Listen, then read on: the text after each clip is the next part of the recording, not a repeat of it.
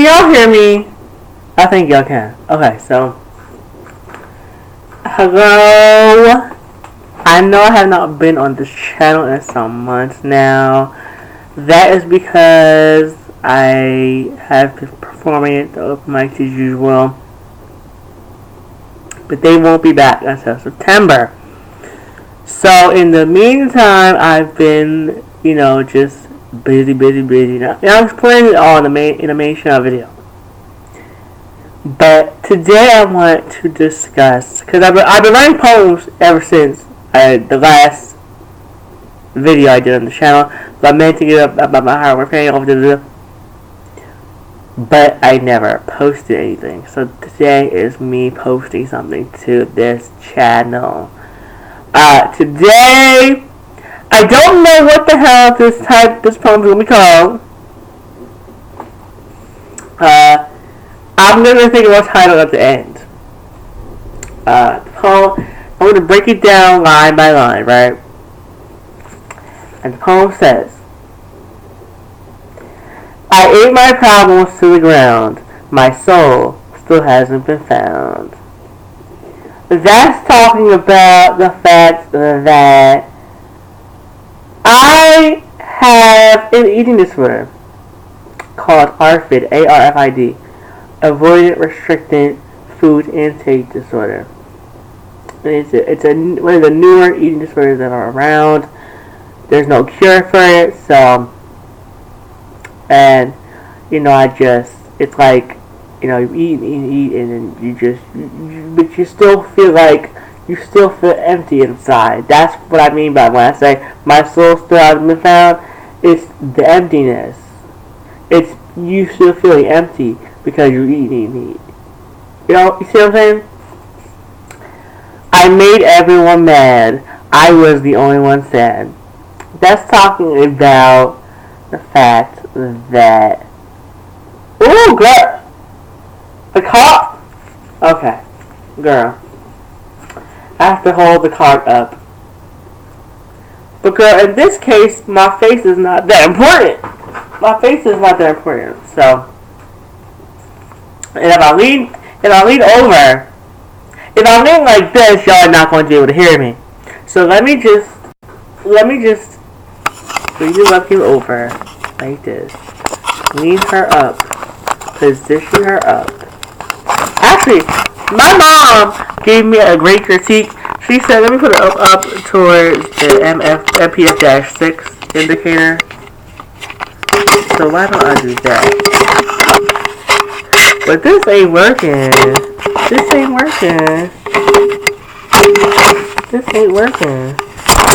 Oh, let me position her down. This ain't working. How did I get it over there last time? How? I don't understand. I just don't. Oh, did I do it? I did it. Okay. Girl. I did it. This ain't working.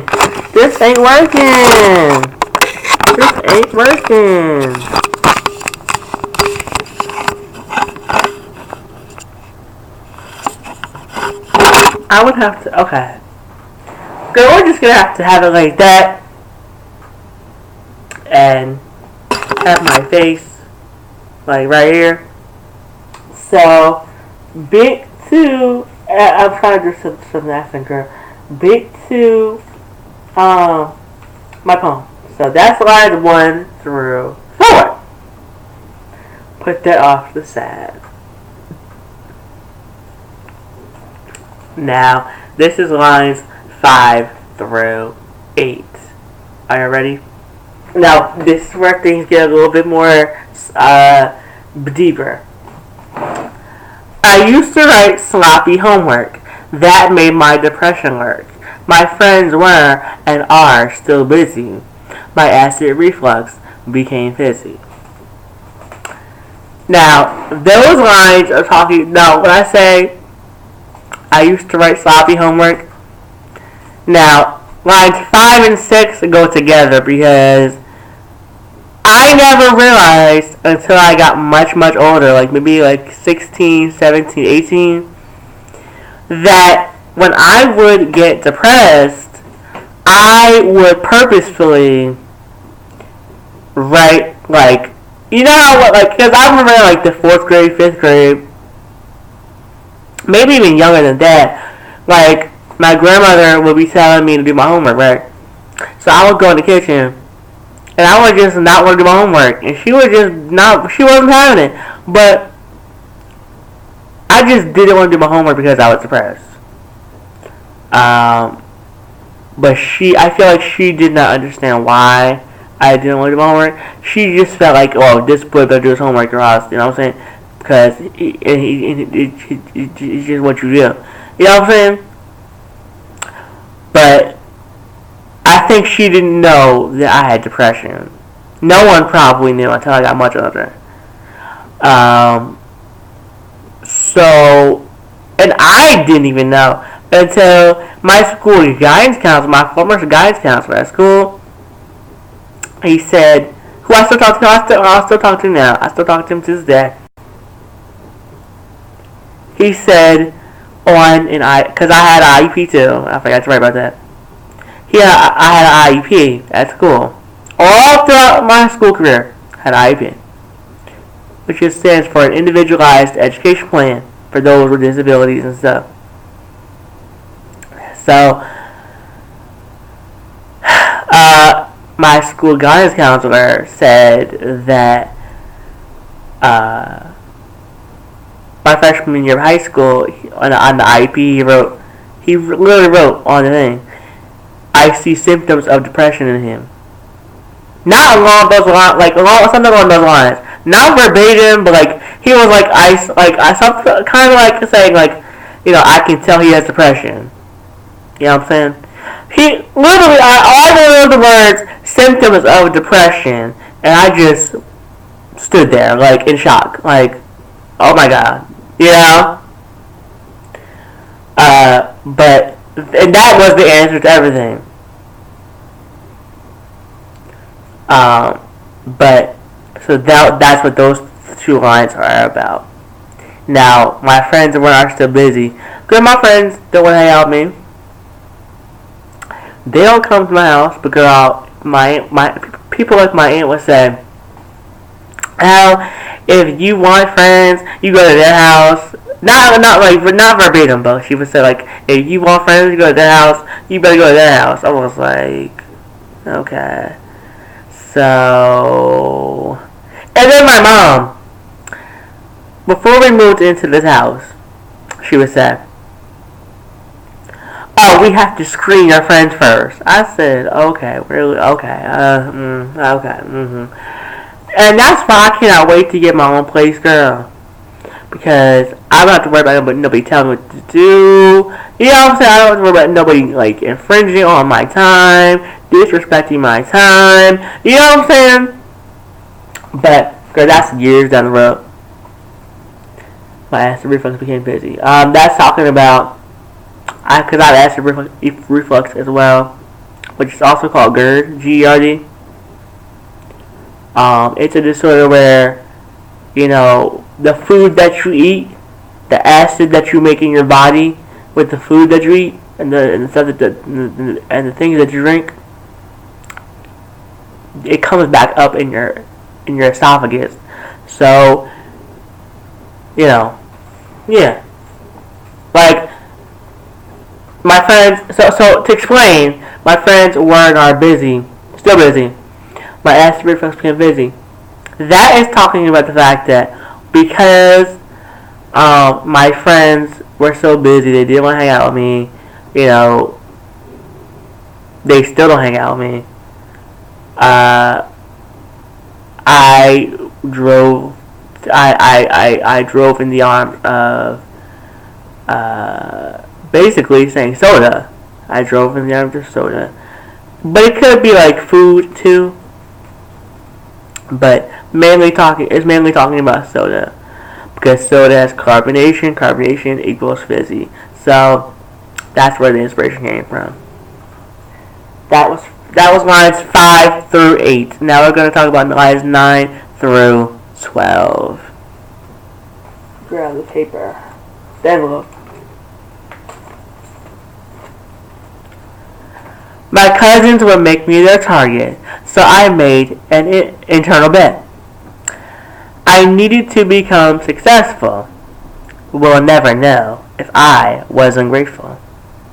Oh, if I was grateful. We'll never know if I was grateful. This is talking about the fact that my cousins in particular used to bully me. And I think I've talked about it many, many times in my poetry. Because it had a profound effect on my childhood into adulthood. But it was not only my cousins who used to bully me. I would go to school and get bullied. I would go to church and get bullied. And I'm going to explain it. Actually, let me see. Okay. No, I didn't mention this, but girl, I have an exclusive story time. So, exclusive story time, girl.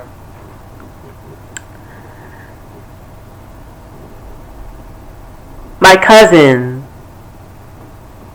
who I almost wrote about in this poem, I'm not gonna say his name because I think I've talked about him on Patreon. I'm not sure, but my cousin says something very hurtful about me in church, in the middle of church service. Now, my other cousin, who now has cancer, my other cousin was the choir. I mean, not the choir director. My other cousin, excuse me, my other cousin was a Sunday school teacher, at our church. It was a small church, in the middle of nowhere. And we would go to church every Sunday. Me and my cousins would walk to church every Sunday because our church was walking distance from our house, each of our houses. So I remember walking to church every week for 5 years. My cousins would be like, "Oh, you're gay, nigga, you gay." And I was powerless. I could not defend myself. So I would always say, "No, I'm not," because I was still trying to pretend that I was straight, girl, when in reality, girl, everybody knew I wasn't. So, and girl, to this day, I think my sexuality is nobody's business, bitch. It's no one's business. It's no one's fucking business. But that led me into this. That's like, for instance, the line, my cousins would make me their target because of the bullying, because they would bully me every day. And they would also be because we would have this area of pavement. This area of pavement that we would call up on the hill, where we would walk from each of our houses up to this little square, rectangular pavement called up on the hill. And up on the hill, there'd be two basketball hoops that we could play at, and we could ride our bikes around. You know what I'm saying? So we would play kickball, baseball, all the usual stuff. So one day we were all up on the hill, and I happened to walk up there. And my cousins were like, go home, we don't want you here. So, all of that, and I have an exclusive story time for my children on this channel, which I'm going to tell now. The same I have two story times about this particular cousin. Story time number one. In the middle of church service, this particular cousin, whose story time number two is also about, this particular cousin said about me, because my elder adult cousin was the Sunday school teacher. So my elder cousin was teaching a lesson to us children, and she said, "You're gonna start to like girls." And then my cousin was like, my younger cousin was like, "And boys." I said, "Girl, oh my god, girl." Like, you're sitting up here trying to embarrass me, bitch. You're sitting up here trying to make a laughing stock of my ass. This cousin, let me tell y'all, this particular cousin also later said, when I was 13, he said when I was 13, this story time number 3. Oh no, story time number 2. Story time number 2. This same cousin said, and now in front of, like, now I was overhearing it, but I don't think he was listening. I don't think he knew I was listening to him, but I think I had asked him, "What would you do?" Because it was my mom, myself, and my cousin, my older cousin, who's older than me, but who's older than me. This same cousin from the That's and Boys at the church. It was my mom driving, then it was my cousin in the front seat of the passenger side of the car, and then I was in the back. So I asked my cousin, because we were outside the Burger King on Shank Road in Freehold, and my cousin, I asked my cousin, I said, "What would you do if a gay guy flirted with you?" He opened up his mouth and said, "If a gay guy flirts with me, I'm gonna punch him in the mouth." Okay, girl, you're being irrational, bitch. You're being irrational, girl. You're being irrational. I said, at that point, I said, "Bitch, cut him off. Cut his ass off." Girl, do you know he moved out of his dad's house because he hated his dad that much?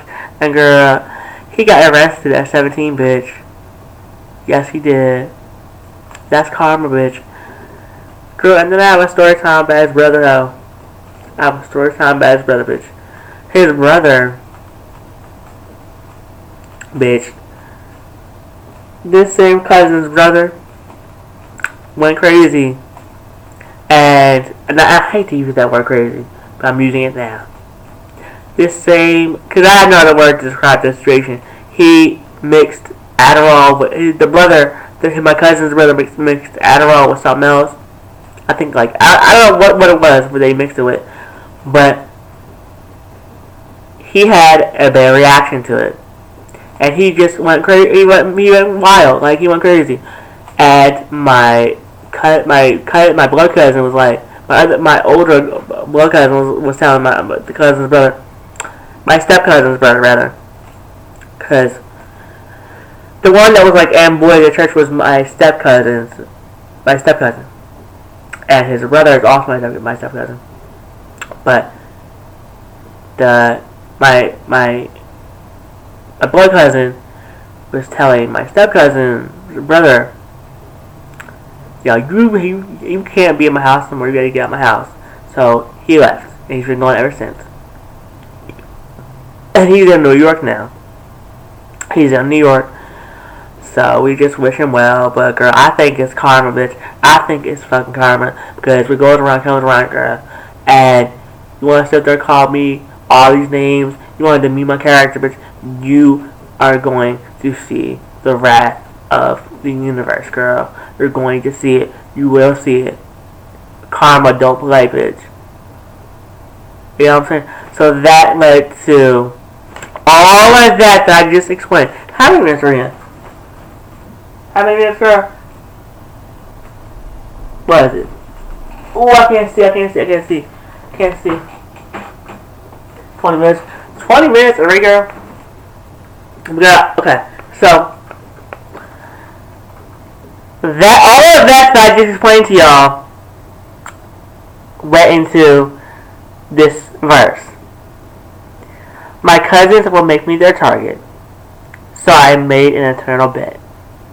I needed to become successful. Will never know if I was grateful. I basically made a bet with myself when I got older. An internal bet. which means a bet with myself in my head. Because, girl,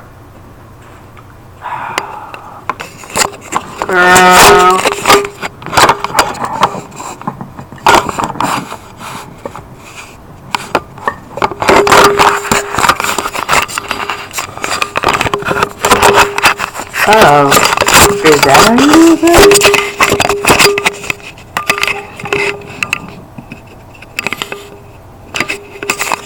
Let me try and set it up this way. Oh shit. Oh, okay, girl.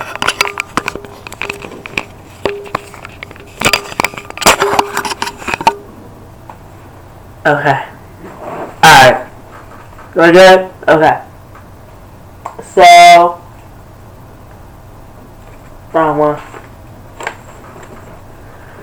So, okay.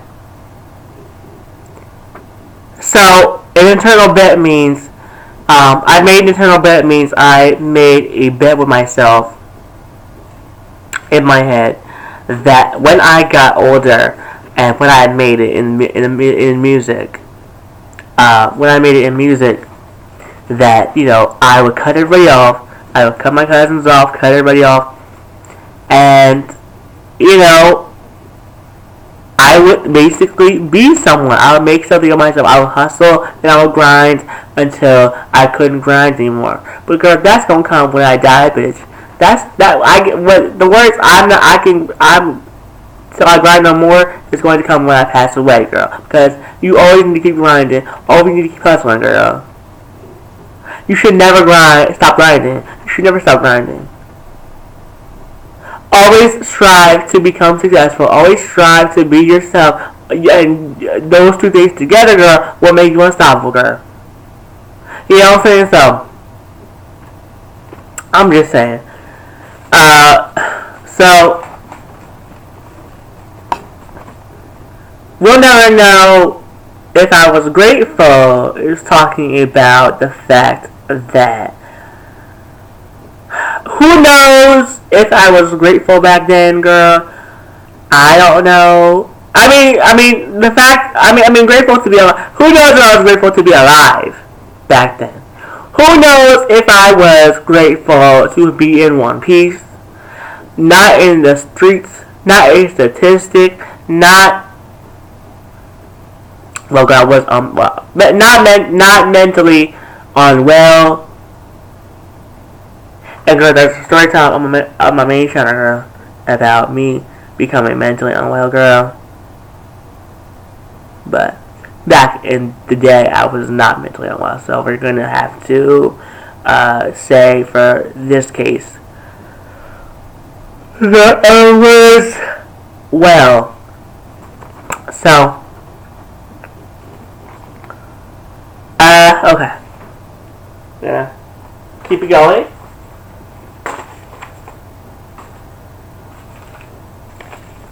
And those were lines. What lines are there? 9 through 12.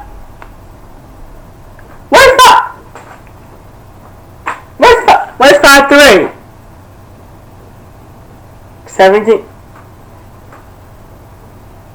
Oh! Let me put those down there. I'm so annoyed. I'm sorry, y'all. Hold on. Okay. Good. Okay.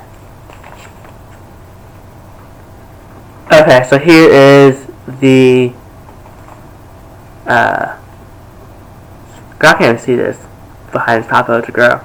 But I have to in order to. Okay, so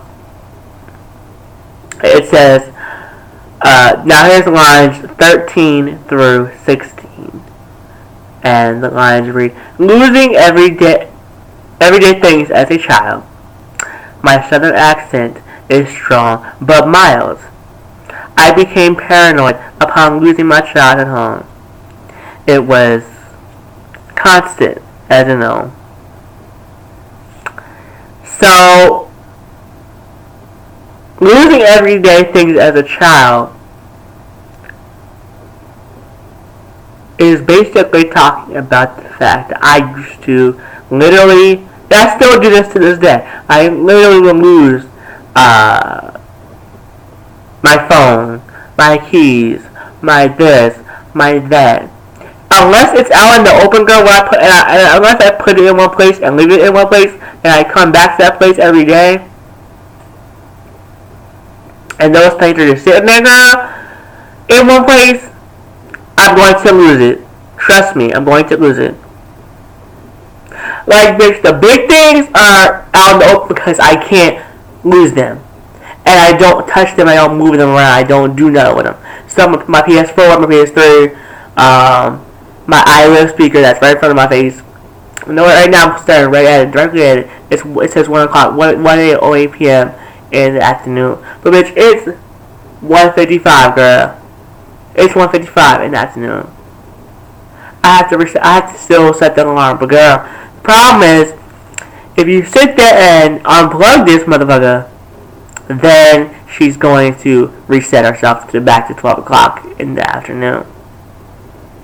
So you have to be careful and keep her in place and not unplug her from the outlet.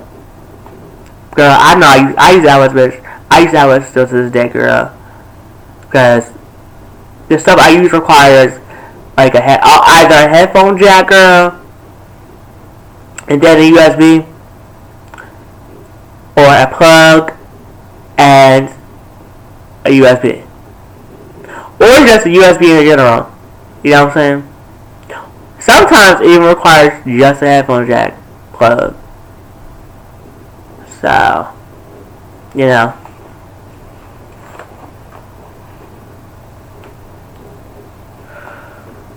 So, I explained that right.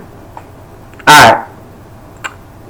My southern accent is strong but mild.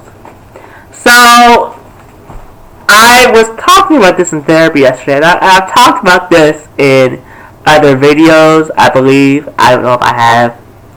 But my grandmother, my maternal grandmother,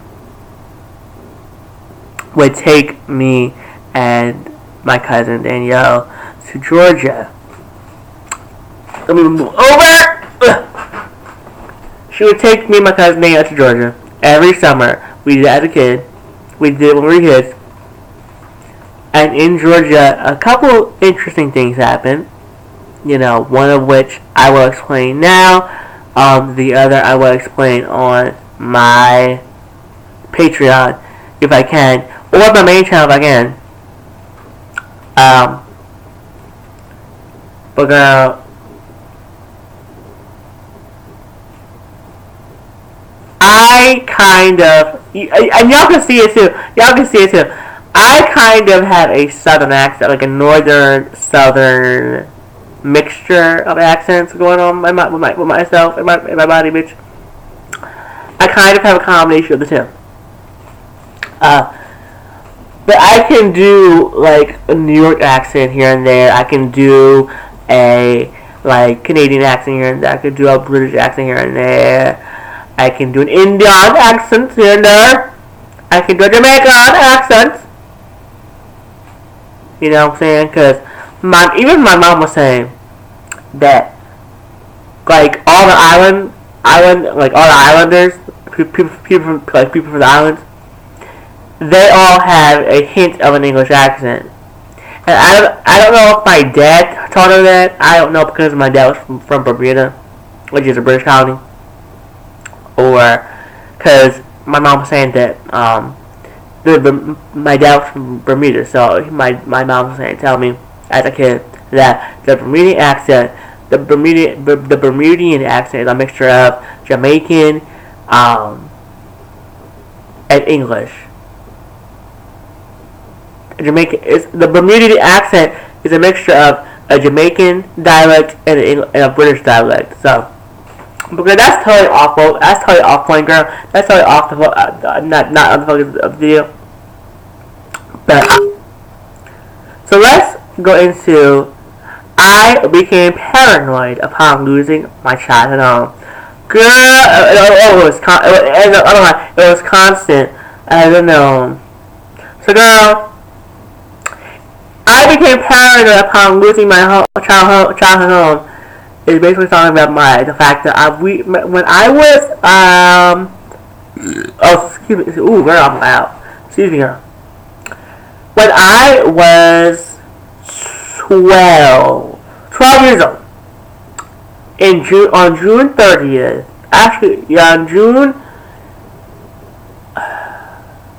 in February 2009.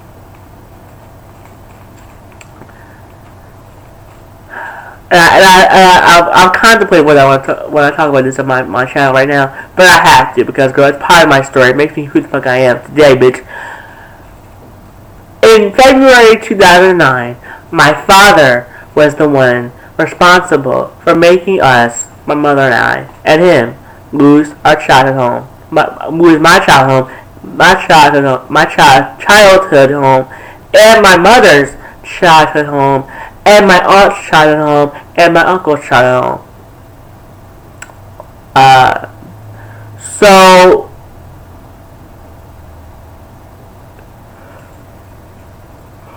oh, I'm loud, girl. But my mom recently told me that. Now, she just told me this in like the last 3 weeks, girl. And I'm going to explain to you what she told me in the last 3 weeks. About 2-3 weeks ago, she told me that when my mother was trying to explain to the bank's lawyer, because my mother had a 30-year, like a 20-year, a 30-year mortgage through the bank, through Bank of America. And my mother was explaining to them, this is my child home. I cannot lose this. I love this house to death. This is like my everything. This house is my rock, my solidarity. What are you doing saying I'm losing this house? And she went on and on. And my father just stood there and was like, I can make a few phone calls, but I don't want to. And when she told me that, I was just stunned. I was like, wow. And it taught me that I should never, because even my aunt, who's coming up here to Jersey, she'll be here tomorrow. Actually, she'll be here tonight, like later tonight, early tomorrow. And hopefully, I want to do a podcast for her, because it's been 5 years since we've seen each other in person. So I do want to reconnect with my aunt.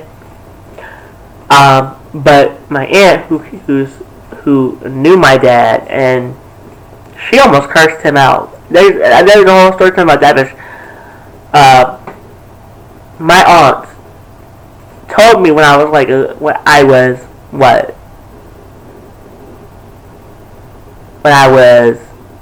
he died when I was 14, so she told me when I was 12, I want to say. She told me when I was 12.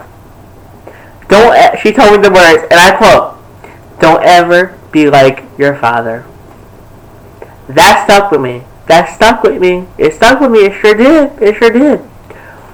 My mother said about me. She said to me. I overheard her saying about me, right? Oh, the only quality he took on from his father is that he doesn't want to work.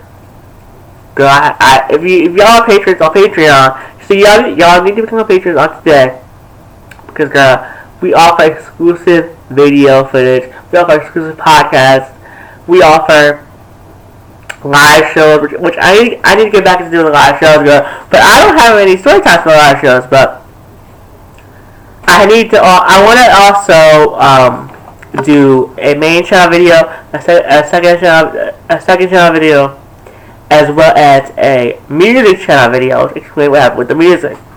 Now, for the second channel video, I don't know what to do. I don't know whether to make another reaction video, because I would need software, or because I would have to revamp it into something totally different for my whole channel, and do that in the future. But girl, we're getting off topic.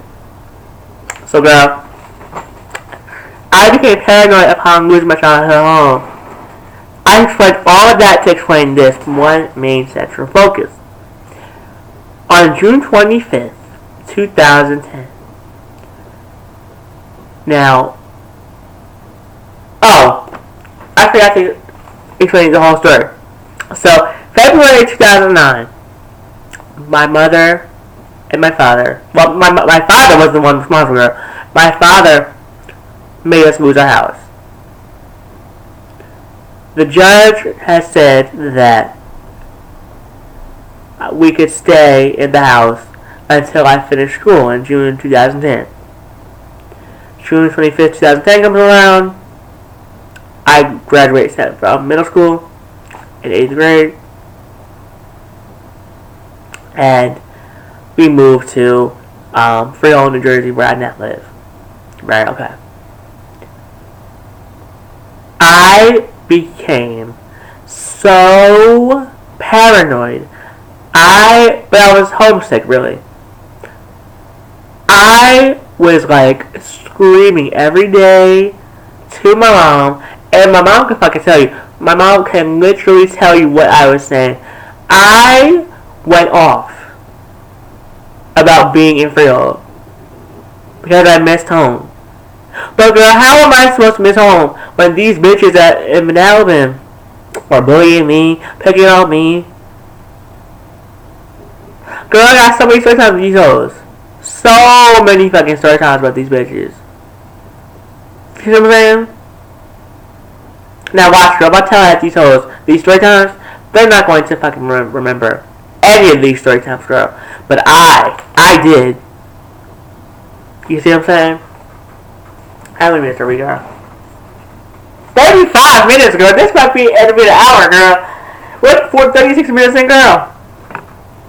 But anyway, so yeah, so that's what that guy was about. I became paranoid about losing my child home. That's what that guy was about. But yeah, then I had to start school in a new place. You know, I had to completely change my life around. So, but I'm adjusted. Now I adapted right now. I've lived here for 8 years. 7 years, actually. 7 years? Well, next month, June 25th, 2018, it'll be 8 years since we moved to Freehold. So, and on December 26th, 2018, it'll be 2 years since we moved into our current house. Which, you know, yeah. So,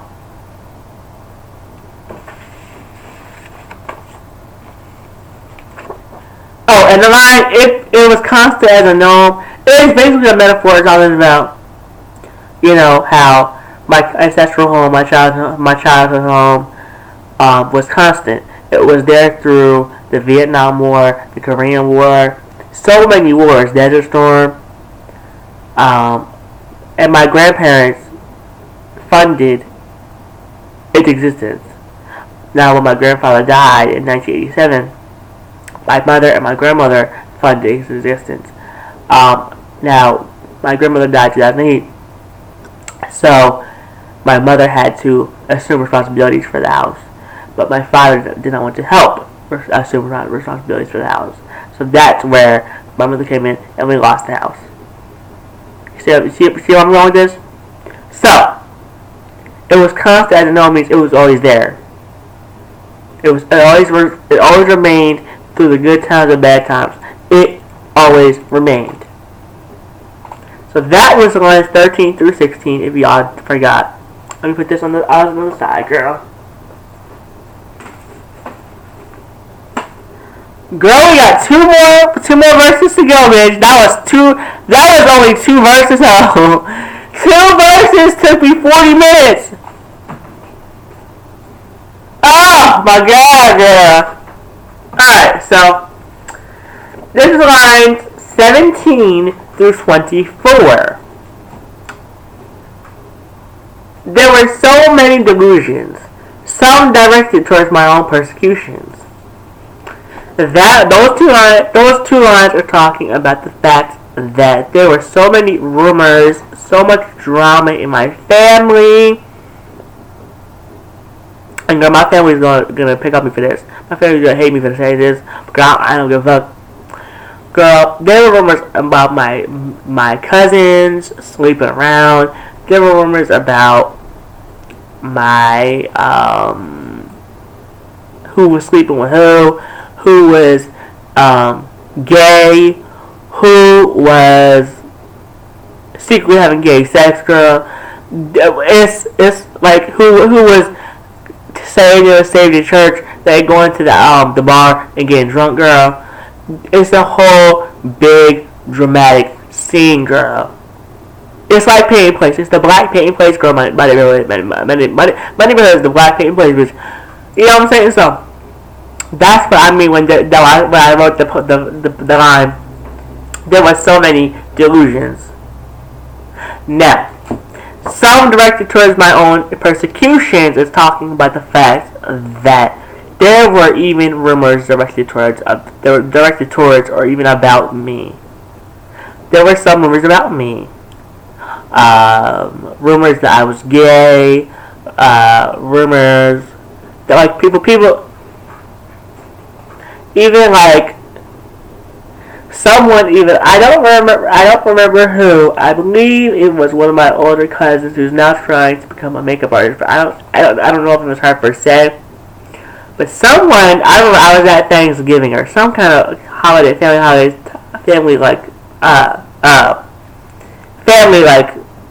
gathering for like the holidays, like Thanksgiving, Christmas. And one of my cousins was like, they were straight up. They asked me to my face. They said, "Are you autistic?" Like, girl, that's personal. I don't remember what the fuck I said, which I should have fucking said, "It's none of your goddamn business, bitch." That's what I should have said. Because who are you to sit there and ask me, "Are you autistic?" But that's personal information. Whether I have a disability or not, it's none of your fucking business, bitch. You know what I'm saying? Now, if I choose to tell you, that's one thing. But bitch, you are sitting there. You asked me. You sat there, opened up your damn mouth, and asked me the bullshit.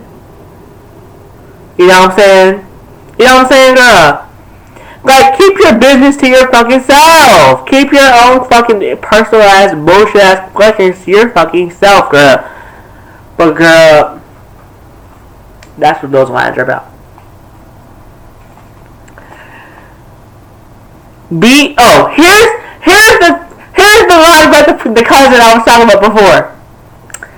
B even exerted some of them during service. My feelings were on the precipice.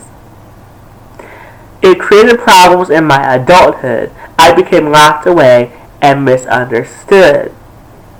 Those 4 lines. Now, when I say B, I'm talking about a particular person. When I say the letter B, that is because the particular cousin's name that I was talking about starts with a B. But girl,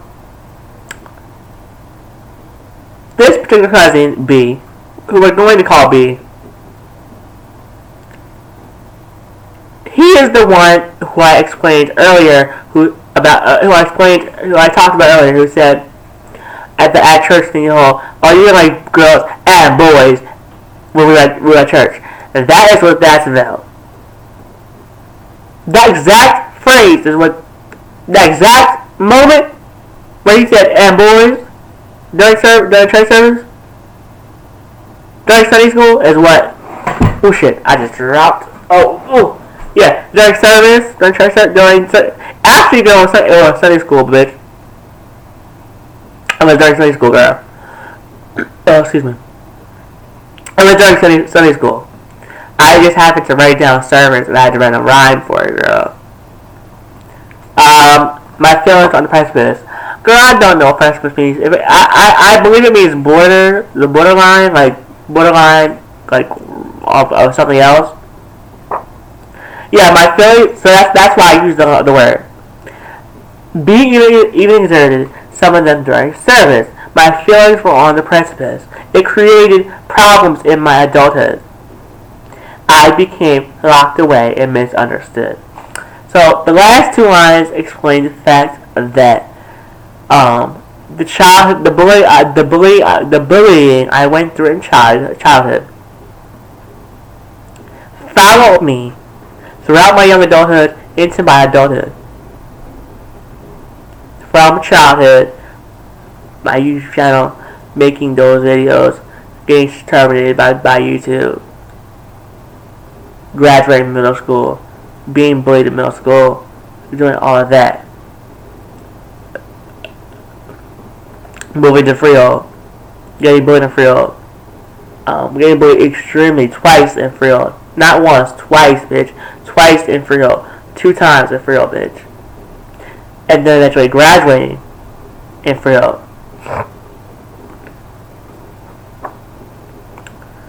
So, it followed me all throughout my school career. The bullying did. And I became angry with the world. I hated myself. I hated everyone around me. I pushed people away, I believe. I that's my opinion. I'm not sure. But I believe I pushed people away. I could be wrong. But I think I just wanted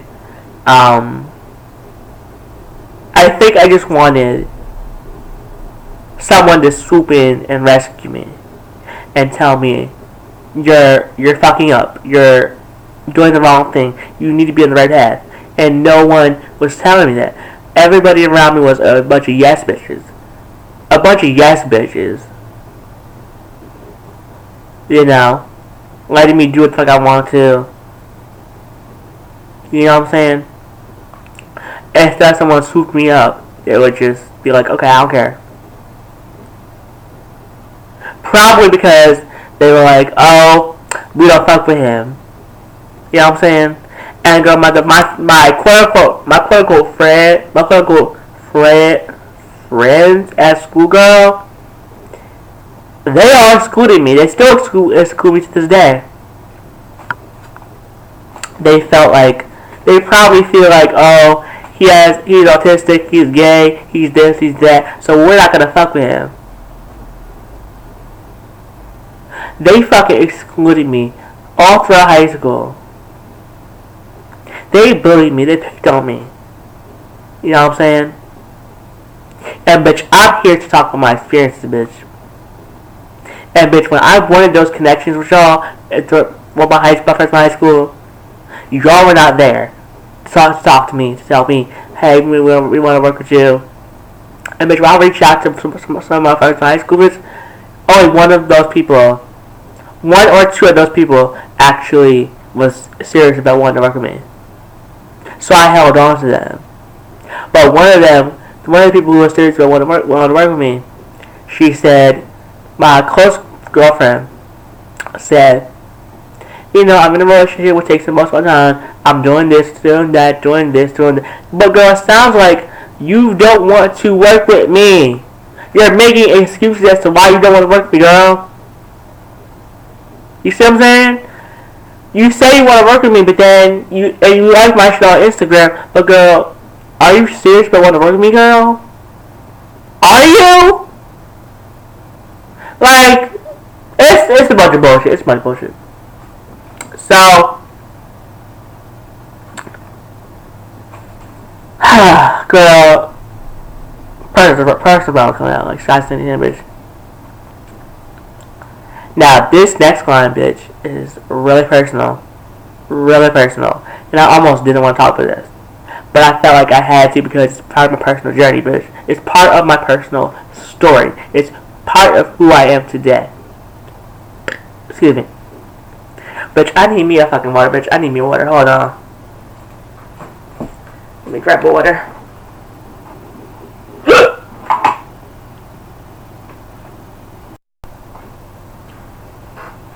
So sidebar, I'm just pouring some of my tea into the cup, girl, so that we can have some tea and talk about poetry. And girl, I might just call this series "Get Tea with Me" instead of "Get Ready with Me." I might call it Get Tea With Me. Because I'm trying to divulge and give y'all access to tea about my life and my personal stories. You know what I'm saying? It's kind of an extension of my story times, but I'm talking about my poetry as well. So it's like story time in poetry form, and me talking about my stories, about what the poetry means to me. So, girl, me pour this tea in my cup, girl.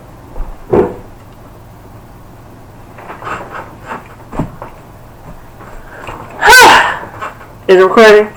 Okay, good. We're almost an hour in, bitch. We're almost an hour in.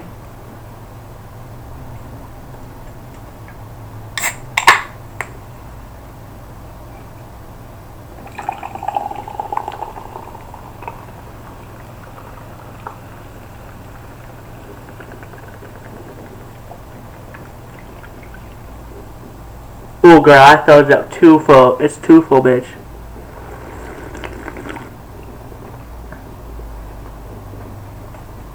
Yes, bitch. Perfect team.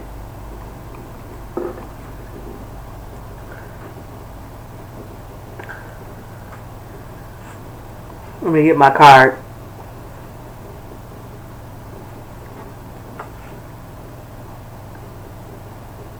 Oh, it's the other card right here. Bitch, I done put the card I need to have on one side, bitch, and the card that's next on the right side. I put the card that I need to have on the left side and the next card on the right side. But anyway, so this next line is extremely personal.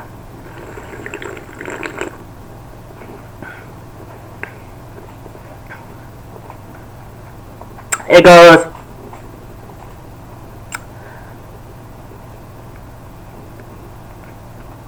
I became locked away and misunderstood. Girl, that line is so, it hits home. It hits home. It hits home. Because it's talking about the fact that I started not to go out the house. I started to be locked away. I started to be a prisoner. You know what I'm saying? And the next one is going to explain that too. But I was also misunderstood because I did not go out the house. I was also forced to get out the house by the people. But bitch, it's kind of like I just want to stay home all day. I don't want to do shit. You know what I'm saying? I just want to make my videos and not go out all day. But bitch, not going out all day turned into me making my videos all day. Because my YouTube channel kind of blew up. Not it blew up, but it didn't blow up. Like I have 10,000 views now, bitch. I have a sponsorship, bitch. So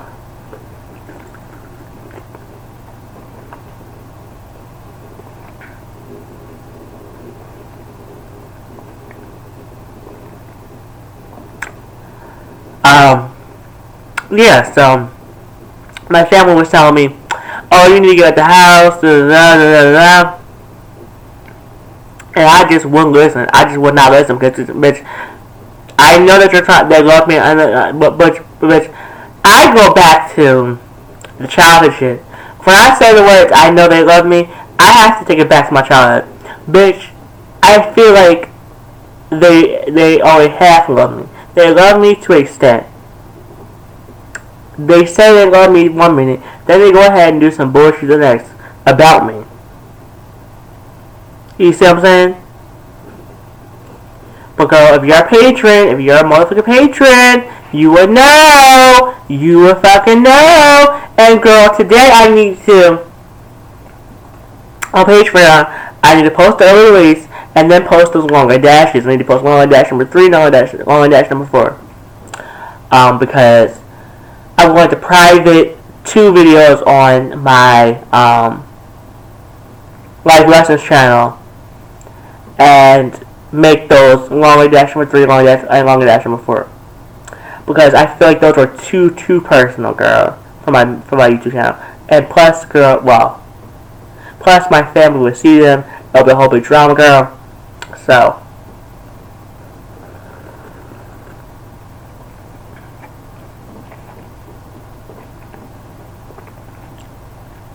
So if y'all want to become patrons, girl, become patrons on today.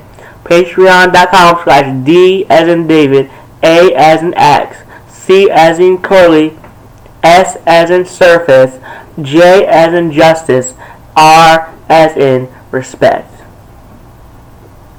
Patreon.com/DaxJR. Dax is my name, and then Junior, because I am a junior, the son of the same name as me. So, on with the poem, bitch. I live as a black man with chains, not knowing how to make monetary gains. Excuse me. I live as a black man with chains is such a deep line to me. It hits home to me. I think it has multiple meanings. I think it means. I think it could also be reference to the I became locked away line. It could also mean.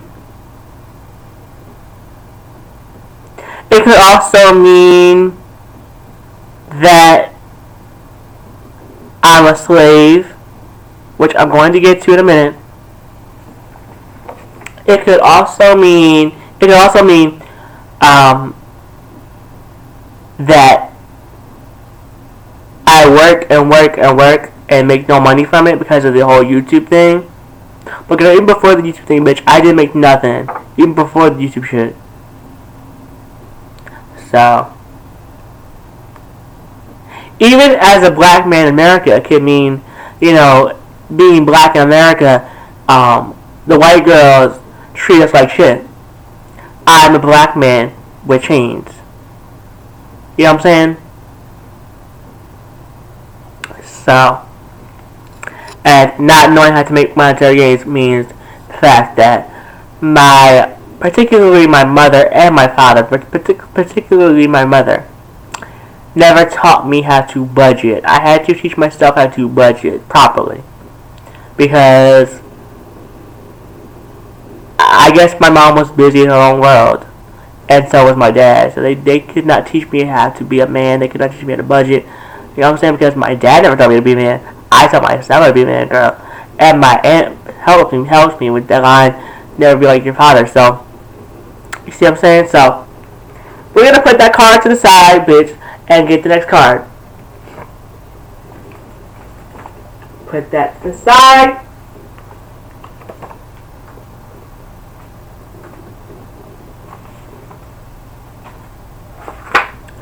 Last card. Last final verse.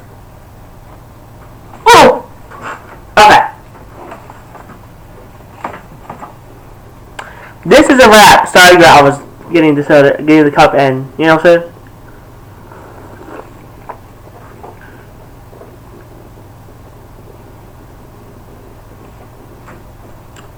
It says, don't drink. Now this is a rap. This is a rap, by the way. A rapped verse. And the rest are kind of like poetic verses or whatever. They're kind of rap verses, but kind of like song verses as well. But this is particularly a rap verse. A rapped verse. It says, don't drink the gin, for you'll start to sin. If they say you're desperate, it doesn't mean you're the culprit. How inappropriate. Those lines are talking about the fact of that if you do crimes, if you do bad things, if you hate on people, if you act a certain way, you will turn into a bad person. You will start to sin, as I wrote the poem. The lines, if they say you're desperate, it doesn't mean you're the culprit or appropriate. That's talking about the fact that, now, just because people say that you are desperate, because that's a personal line, because I was called desperate once. So I took that and wrote it into my poetry. And that helped me to think about these two lines. They say you're desperate line. I wrote that as because I liked this person, and about this they were defending this person that I liked, and they said, oh, you liking this person makes you, and asking them out 3 times makes you look desperate as hell. So I was like, oh, fuck you. I'm gonna put that in my poetry, bitch. And I sure did, girl. I sure did, girl. So, I wrote, if they say you're desperate, bitch, it doesn't mean you're the culprit, bitch. If they say you're desperate, if they say you're a certain way, it doesn't mean that you committed a crime. It doesn't mean that you do bad things. If they say you're a big bitch, if they say you're fat, if they say you're pleasantly plump, excuse me, if they say you're a little voluptuous, what does that have to do with you being a culprit or crime? If they say you are tacky, corny, stupid, judgmental, what does that have to do with you being a culprit? On the other hand, they can say this person's actions, this person being judgmental, this person being obsessive, caused this person to be a culprit of a crime and to commit a crime. You know what I'm saying? But the how and appropriate line in particular means it's about the if they say you're desperate line. So I'm saying how and appropriate that they're saying that you're desperate. Let's move on. The next couple of lines reads, there are modern black and white slaves setting themselves up for early graves. Those 2 lines in particular are talking about the fact that I knew we were going to talk about this because and I was also hesitant to write this because, girl, I know the white girl's going to get offended, girl. I know the white girl's going to get offended.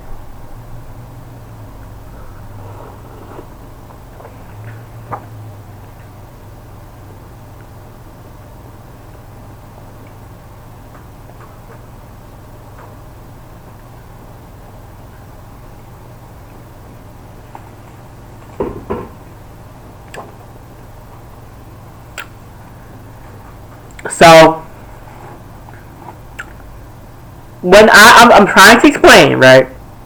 When I said there are modern black and white slaves, I meant that black people are modern day slaves. But it also meant it's not just the black girls that are slaves too.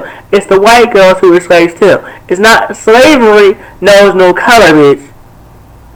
You can be Asian, you can be Hispanic, you can be Latino, you can be Pacific Islander, you can be black, and still be a slave girl. Save themselves up for other good. That is talking about the fact that you work and you work and you work and you work for little to no money.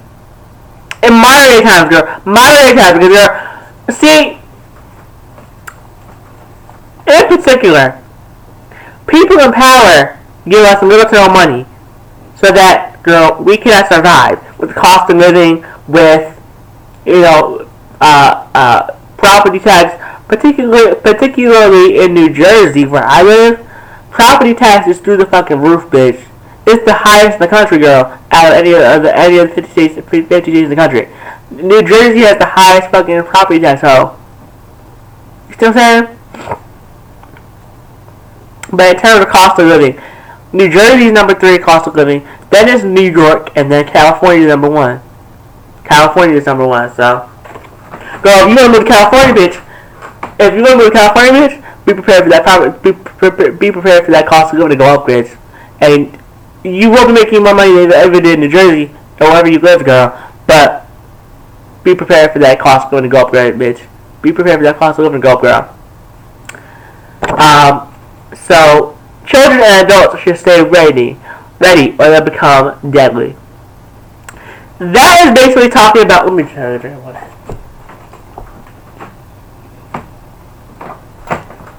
Bitch, for an hour and 3 minutes in, girl.